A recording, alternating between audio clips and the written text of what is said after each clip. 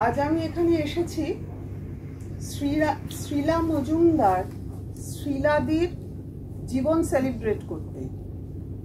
অনেকে দীর্ঘদিন বাঁচে, অনেকে আরো বেশি বাঁচে, অনেকে কম দিন বাঁচে, কিন্তু এরকম একটা সেলিব্রেটেড লাইফ, এরকম একটা জার্নি খুব কম জনই সেই সুযোগটা পেয়েছেন, সেই সুযোগটা করে নিয়েছেন। তাই মাই স্যালুট to my Sriladi.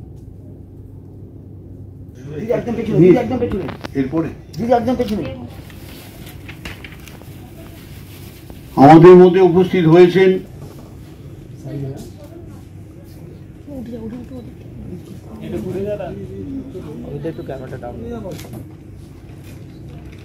এরপর মাল্যদান করবেন। একসঙ্গে অনেক কাজ করছেন।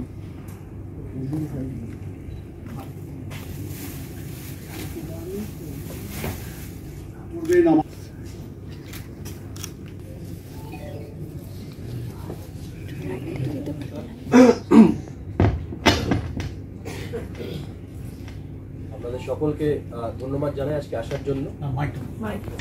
আপনাদের সকলকে ধন্যবাদ জানাই আজকে এখানে আসার জন্য, মিডিয়ার বন্ধুরা এবং মায়ের সিনেমার ভক্তরা।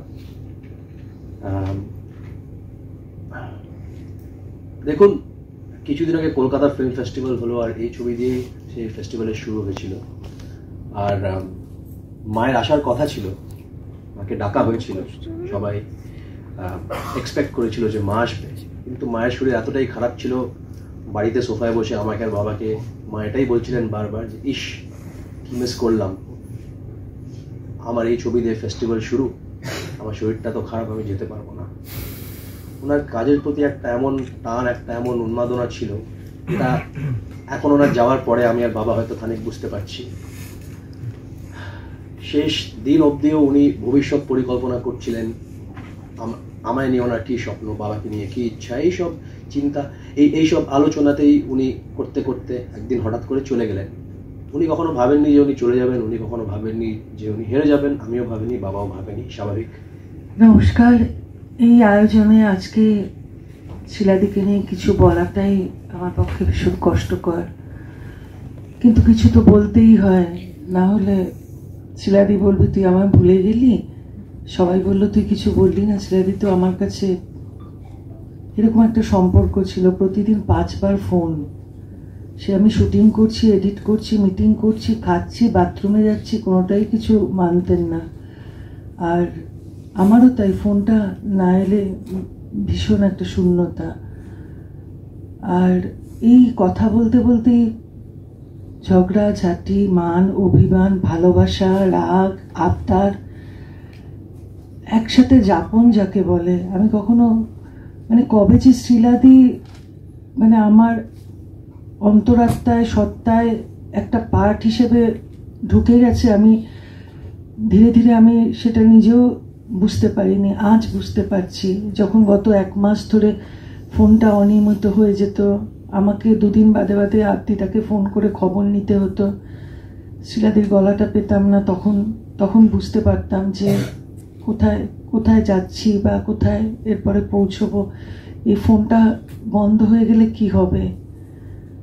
আর শিলাদির অভিনয় নিয়ে কিছু বলার নেই, আপনারা আজকে সবাই এসছেন, আপনাদের সবার জন্য আমি সত্যি কৃতজ্ঞ। শিলাদির তরফ থেকে আপনাদের অনেক ভালোবাসা, অনেক শুভকামনা। শিলাদি থাকলে এটাই বলতেন যে আমায় ভালোবেসে সবাই এসছেন, আপনারা সবাই ভালো থাকুন। তো সেই জন্য আমিও তাই সিনেমা থেকে পক্ষ থেকে শুভেচ্ছা এবং শিলাদির পক্ষ থেকে অনেক ভালোবাসা সবাইকে।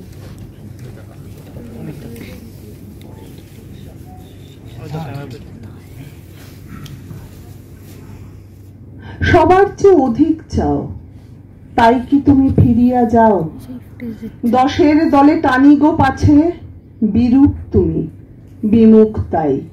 বুঝেছি তব ছলনা, সবার যাহে তৃপ্তি হলো, তোমার তাহে হলো না।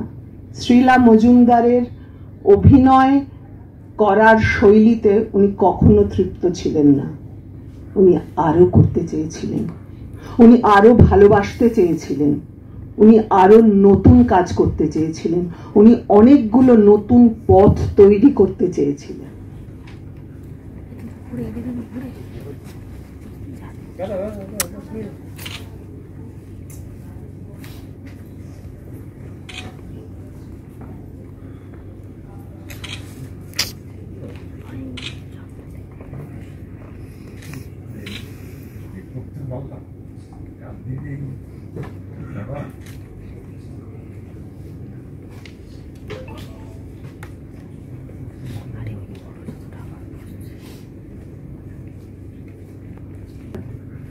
যারা আজকে এসেছেন, আমার খুব একটা বেশি কিছু বলার নেই। প্রথমত সিনেমা থেকে অনেক ধন্যবাদ জানাবো যে তারা অনুষ্ঠানটি আজকে উদ্যোগ নিয়ে করলেন, এবং তার জন্য বিশেষ ধন্যবাদ জানাবো রেশমি মিত্র পরিচালককে এবং আমাদের সিনেমা থেকে কর্ণধারকে অজয়দা। সবাইকে আমার নমস্কার। ঋতব্রত খুব সুন্দর করে বলছিল। আর শিলাদি পরিবারে যারা এখানে উপস্থিত আছেন তাদের সবাইকে আমি আন্তরিক ভালোবাসা জানাই। এই পরিবারটা শুধু আর স্বামী আপনি এখানে আছেন, ছেলে আছে নীল পাখি, মানে সোহেল, শিলাদি ওকে আদর করে এটা বলেই ডাকতে তাই আমি সবসময় ওকে নীল পাখি বলি। আমি পরিবার বলতে সবাইকেই বলছি, মানে এখানে যারা বসে আছেন, যারা এসেছেন তার টানে, তারা পরিবারে এই কারণেই বলছি যে কারণ এই পরিবারটিকে শিলাদি খুব ভালোবাসতেন। পরিবারের অন্তর্ভুক্ত যারা এবং পরিবারের অন্তর্ভুক্ত না তারাও শিলাদি তাদের প্রতি একটা অমোঘ টান ছিল, যে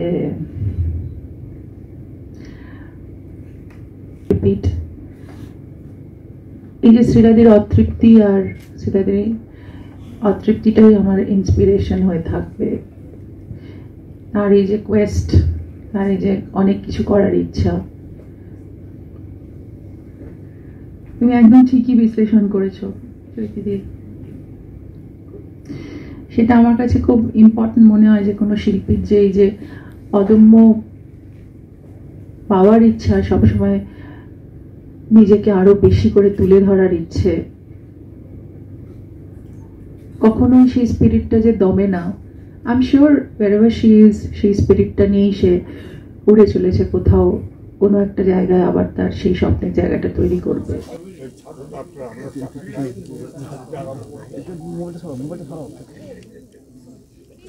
শিলাদি চলে যাওয়ার দিন আমরা দেখেছি আজকেও স্মৃতিচারণায় বারবার ফিরে আসছে। শিল্পী তার কাজের মাধ্যমেই থেকে যান, শিলাদিও আমাদের মধ্যে এভাবেই থেকে যাবেন। অবশ্যই সেটাই শ্রেয় এবং সেটাই কাম্য। তো আমি একটা কথাই বলতে চাই যে যতটাই, যেটা বললাম, যতটাই পেয়েছি ওনাকে ততটাই আমাদের প্রাপ্তি, এবং তার এই অবদান, তার সিনেমার প্রতি ভালোবাসা, এবং শুধু সিনেমা বলে না, এই মাধ্যমটার প্রতি তার এতটাই ভালোবাসা ছিল, তার কবিতা, তার গান। ইনফ্যাক্ট আমার রিসেন্ট ছবি পার্সেলে শ্রেয়াদি একটা গান গেয়েছিলেন নিজের গলায়, এবং সেটা সখী ভাবনা কাহারে বলে, বিউটিফুল উনি গেয়েছিলেন। এবং তো মানে আমাদের যে পরিচালক ইন্দ্রাশিস বলেছিল যে মানে যার যার অরিজিনাল গলায় গান রাখা হবে, এবং শিলাদি গানটা এত সুন্দর হয়েছিল যে আমি পরে বলেছিলাম যে তুমি এত ভালো গান গাও তো জানতাম না। ওই আর কি, ছাড়তো তো এই একটা ছিল আর কি সবসময়, তো আর ছাড়তো আর কি যে বলিস। আর একটা মানে একটা মানে যে কোনো যখন পাঠ করতেন উনি, এত জ্ঞান ছিল না সব ব্যাপারে। বলতে জানিস তো রবীন্দ্রনাথ ওই সময় এইটা লিখেছিলেন, এই সময় ওনার এরকম ভাব ছিল মনের, তারপরে যদি কোনো একটা আমি আর শ্রীলাদি অনেকগুলো কবিতা নিয়ে কাজ করেছিলাম, যেটা আমি কম্পোজিশন করেছিলাম। বলছি জানিস এই যে মেঘবালিকাটা না খুব ভালো হবে, তুই মেঘের মতো সাজবি আর ওরকম সাদা জামা পরবি।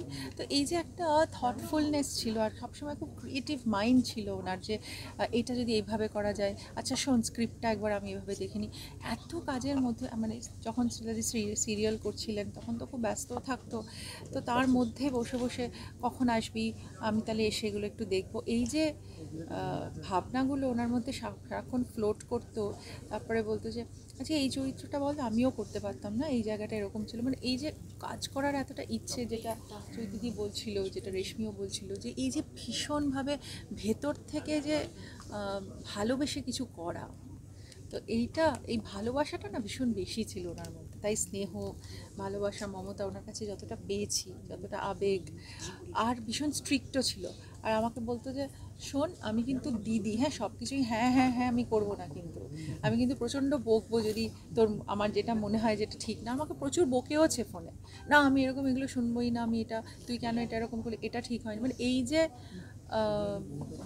মানে দিদিকে আর বোনের এই যে আদর, ভালোবাসা, বকুনি, এই যে শিখিয়ে দেওয়া বা বলে দেওয়া, এটা যে এইভাবে করিস ভালো হয়, এইটা বলার আর কেউ থাকলো না আর কি।